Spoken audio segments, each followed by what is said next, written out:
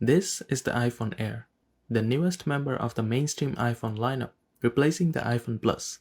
And it comes in an unconventional way too, with just one camera, mono speaker, and as the world's thinnest iPhone. The main standout feature of this phone, without any surprises, is its thickness, measuring only 5.6 millimeters. This leaves most people questioning, is this going to last until bedtime?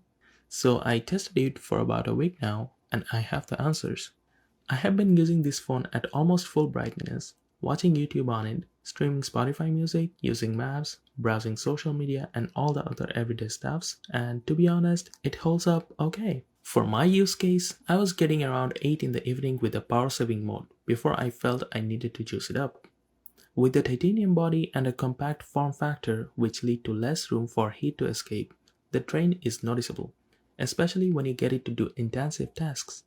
Because the chassis is so thin, your fingers are closer to the chip compared to the standard fat phones, so you feel the phone getting hot substantially and quickly as well, making the A19 Pro Inside throttle frequently and lose charge in the process too.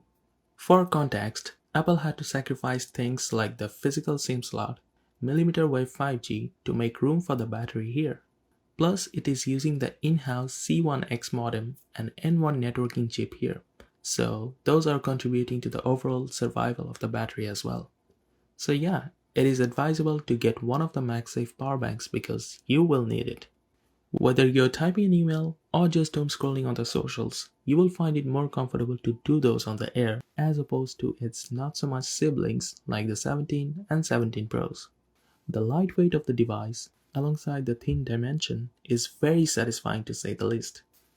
The screen is plenty bright in broad daylight, and there was no compromise due to the introduction of the reduction of the thickness. It is a gorgeous display indeed. The iPhone Air gets 120Hz ProMotion display, the same as the Pros, which is very much unlike Apple. It is the first time we are seeing 120Hz display across all the devices in the lineup, a much awaited change, making it a delight to consume media on until you focus on the speakers, which, spoiler alert, cannot defy physics. Well, that bit is a bit polarizing. It is a mono speaker, meaning the grills next to the USB-C are not speakers, those are the mics. The functional speaker is at the top. It is definitely not the end of the world. It sounds just about fine up to around 40 to 50%. Beyond that, it really disappoints as the quality is not on par with stereo speakers at those levels.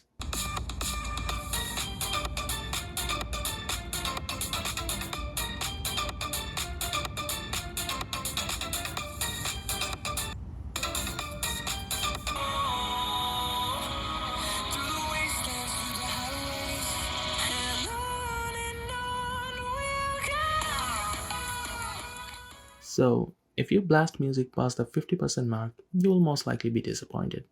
And if you use AirPods mostly, you'll probably be fine. Moreover, watching movies or videos in general will not be as enjoyable because the sound comes from only one side of the phone. Moving on to the cameras. I mean, the camera, because it has got only one. The 48 megapixel Fusion camera. It's a simple iPhone camera that takes great pictures and videos that we all know and like. But here's where it gets interesting. It lacks the ultra wide and the telephoto lens, and if Apple's words are anything to go by, they imply you have 4 lenses in your pocket. So I put it to the test, and I can reassure you there are only 2 of those in anyone's pocket, the selfie camera and the primary camera. Normal photos are fine in well lit environments. If you're not looking for fine details. But the moment you zoom in a bit, the results fall apart drastically. I compared the shots with my 2-year-old Pixel 8, and to Apple's surprise, the results are not good. Matter of fact, you can get Pixel 8 at almost half the price of iPhone Air with much better specs in many aspects, just not thin enough. Overall, this camera is clearly not for any kind of zoom, let alone anything past 2 times. That is a total disaster. Even in broad daylight, you lose significant amount of details in every shutter click, and dynamic range is often spotty. Sorry Apple, but you cannot replace dedicated lenses with Fusion camera. So if you are not enthusiastic about taking good pictures and take normal shots occasionally, then this camera system is for you, as you will enjoy the form factor more than the loss in camera quality. By the way, the camera control is turned off by default in the camera app, so you will have to navigate to the camera settings to enable it.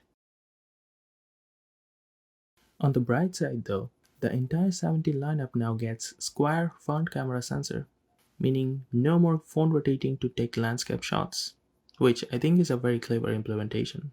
And you also get dual capture mode, which lets you shoot with both the front and the rear cameras at the same time. Great for creators out there. So, should you get the iPhone Air? I cannot easily recommend it to majority because of the lack of camera lenses, reduced battery life, a mediocre speaker for just the form factor. With this phone, the scale is not evenly balanced like the options offered by Apple in the previous years.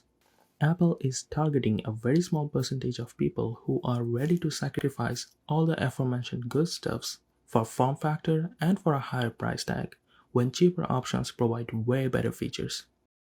Or Apple is just selling you right now one half of the upcoming foldable iPhone.